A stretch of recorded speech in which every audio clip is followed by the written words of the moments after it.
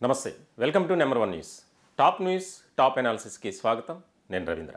ఆంధ్రప్రదేశ్ రాష్ట్ర రాజకీయాల్లో ఏ క్షణం ఏం జరుగుతుంది అనే దాని మీద తీవ్రమైనటువంటి ఉత్కంఠ నెలకొంది. ముఖ్యంగా 5 ఏళ్ల పాటు అధికారంలో ఉన్నటువంటి వైఎస్ఆర్సీపీ అధికారాన్ని అడ్డుపెట్టుకొని అడ్డగోలుగా అక్రమాలకు పాల్పడ్డారు అనేది ఇప్పుడు బాగా వినిపిస్తున్నటువంటి మాటే కాదు, అది వాస్తవం అని తేలుతున్నటువంటి పరిస్థితి. దానికి మనం ఎన్నో ఉదాహరణలు కూడా చూసాం. ఇప్పుడు తాజాగా గన్నవరం నియోజకవర్గానికి సంబంధించి వల్లభనేని వంశీ ఆయన అరెస్ట్ అవ్వటం, తర్వాత జరుగుతున్న పరిణామాలు చాలా కీలకంగా మారినటువంటి అంశంగా మనం చూడాలి. అంటే వైఎస్ఆర్సీపీలో ఉన్నటువంటి కొంతమంది నాయకులు అధికార దర్పంతో వ్యవహరించారు, ప్రవర్తించారు అని చెప్పడంలో ఎటువంటి అతిశయోక్తి లేదు. చాలా కీలకమైనటువంటి అంశంగా దీన్ని మనం చూడాలి. రాష్ట్ర రాజకీయాల్లో వల్లభనేని వంశీ తనకంటూ ఒక ప్రత్యేకమైనటువంటి స్థానాన్ని సంపాదించుకున్నారు. అటువంటి క్రమంలో రాజకీయం చేయటమే కాదు, అక్రమాలకు పాల్పడటం కూడా అంతే అని ఇప్పుడు వెలుగులోకి వస్తున్నాయి. ఏదైతే గన్నవరం నియోజకవర్గానికి సంబంధించి తెలుగుదేశం పార్టీ కార్యాలయంపై జరిగినటువంటి దాడి, ఆ దాడి వెనుక సూత్రధారి, పాత్రధారి వల్లభనేని వంశీ అని తేలింది.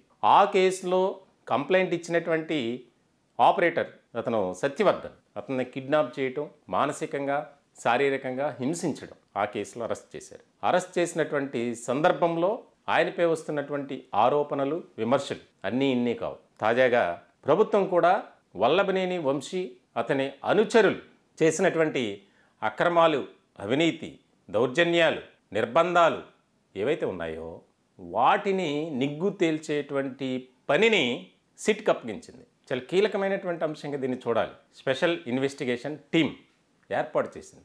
ఏలూరు రేంజ్ డిఐజీ అశోక్ కుమార్ నేతృత్వంలో 4 యువ ఐపీఎస్ అధికారులు, ఆ 4 కూడా ఇప్పటివరకు ఎలాంటి వివాదాలకు తావివ్వలేదు, మంచి ఆఫీసర్లకు గుర్తింపు పొందారు. ఇటువంటి సందర్భంలో సిట్ ఏర్పాటు చేసినటువంటి ప్రభుత్వం వంశీ బాధితులు ఎవరైతే ఉన్నారో వారు ఒక్కొక్కరుగా బయటకు వస్తున్నారు. వంశీ అలాగే అతని అనుచరుల చేతిలో మేము ఈ రకంగా మోసపోయాం, మాకు న్యాయం చేయండి మహాప్రభు.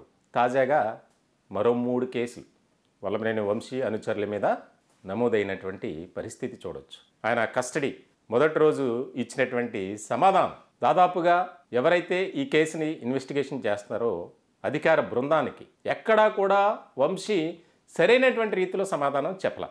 సత్యవర్ధన్కి సంబంధించి ప్రశ్నలు అడిగారు. అలాగే గన్నవరం నియోజకవర్గంలో భూ కబ్జాలు, భూదందాలు, రకరకాల అంశాలకు సంబంధించి అడిగినటువంటి సందర్భంలో నాకేం తెలియదు, నాకు సంబంధం లేదు, ఈ రకమైనటువంటి సమాధానంతో. కానీ ఒకానొక టైంలో ఖచ్చితంగా ఎవరైతే ఎంక్వైరీ చేస్తున్నారో అధికారులు వారు సేకరించినటువంటి వారి దగ్గర ఉన్నటువంటి ఆధారాలు, సాక్ష్యాలు అన్నీ కూడా టేబుల్ మీద పెట్టి దీనికి సమాధానం చెప్పండి అని చెప్పి క్వశ్చన్ చేశారట. ఇప్పుడు అడ్డంగా బుక్ అయిపోయారు. వైఎస్ఆర్సీపీలో ఎవరున్నారు బ్యాక్ అండ్ సపోర్ట్ వంశీకి అనేది కీలకమైనటువంటి అంశం. అలాగే ఇప్పుడు ఒక్కొక్కరిగా బాధితులు బయటకు వస్తున్నారు. మాకు న్యాయం చేయండి, మా యొక్క భూములను లాక్కున్నారు, అక్రమంగా మమ్మల్ని నిర్బంధించారు, దాడులు చేశారు, కిడ్నాప్ చేశారు, వంశీ అనుచరులు ఎన్నోసార్లు మేము గన్నవరం పోలీస్ స్టేషన్లో కంప్లైంట్ ఇచ్చాం, అయినా సరే మాకు న్యాయం జరగలేదు మహాప్రభు, మీరైనా సరే మాకు న్యాయం చేయండి అని చెప్పి. అంటే 5 ఏళ్ల పాటు అధికారంలో ఉన్నటువంటి వైఎస్ఆర్సీపీ ఎటువంటి అరాచకాలకు, అక్రమాలకు, అవినీతికి పాల్పడిందనేది సుస్పష్టమవుతుంది. ఒక్కటి కాదు, అనేక అంశాలు. కీలకమైనటువంటి నేతలంతా కేసుల్లో ఇన్వాల్వ్ అయ్యి, జోగి రమేష్ కానీ, పేర్ని నాని కానీ, కొడాలి నాని కానీ, ఇట్లా ఒక్కొక్కరు అనేక రకాల వివాదాల్లో కూరుకుపోయారు. అసలు ఇప్పటికే వైఎస్ఆర్సీపీ పరిస్థితి, ముఖ్యంగా పార్టీ పరిస్థితి అగమ్య గోచరంగా మారింది.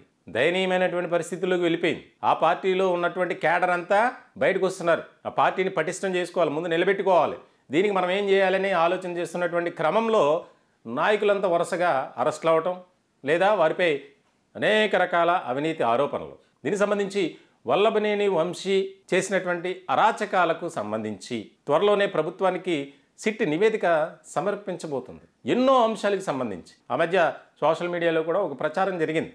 ఒక ఎయిర్ హోస్టెస్గా పనిచేస్తున్నటువంటి మహిళకు వల్లభనేని వంశీ కోట్ల రూపాయల ఆస్తులు రాశాడు, బినామీ పేరుగా ఆమె ఉంది అని చెప్పి గన్నవరం పరిసర ప్రాంతాల్లోనే కాదు, విజయవాడ, రాజమండ్రి, విశాఖపట్నం ప్రాంతాల్లో కోట్లాది రూపాయల విలువైనటువంటి భూములను కొన్నారు.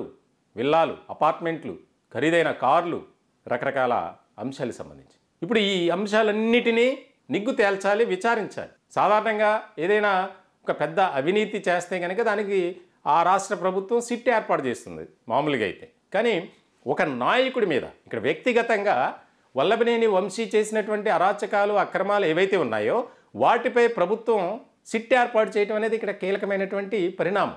ఎవరైనా సరే ధైర్యంగా ముందుకు రండి, మిమ్మల్ని మోసం చేసినట్లయితే మాకు ఫిర్యాదు చేయండి అని ఇండైరెక్ట్గా చెప్పినట్లే. దానికి సంబంధించి ఒక్కొక్కరుగా వస్తున్నారు. ఇప్పుడు గన్నవరం నియోజకవర్గ పరిధిలో 3 కేసులు కూడా సేమ్ సిమిలారిటీ. భూములను ఆక్రమించుకోవడం, నిర్బంధించి వారితో బలవంతంగా సంతకాలు చేయించుకోవడం, ప్రశ్నిస్తే ఎదురు దాడులు, ఈ రకమైనటువంటి అరాచకాలు ఒక్కొక్కటిగా బయటపడుతున్నాయి. ఇప్పటికే దాదాపుగా వల్లభనేని వంశీ అనుచరులు 10 మంది వరకు అరెస్ట్ అయ్యారు. తాజాగా మరో 3, అంతే కదా మరో 3 కేసులు కూడా నమోదైనాయి. దీని వెనుక అసలు వంశీ బ్యాచ్ చేసినటువంటి అరాచకాలు, ఈయన లీడర్షిప్లో.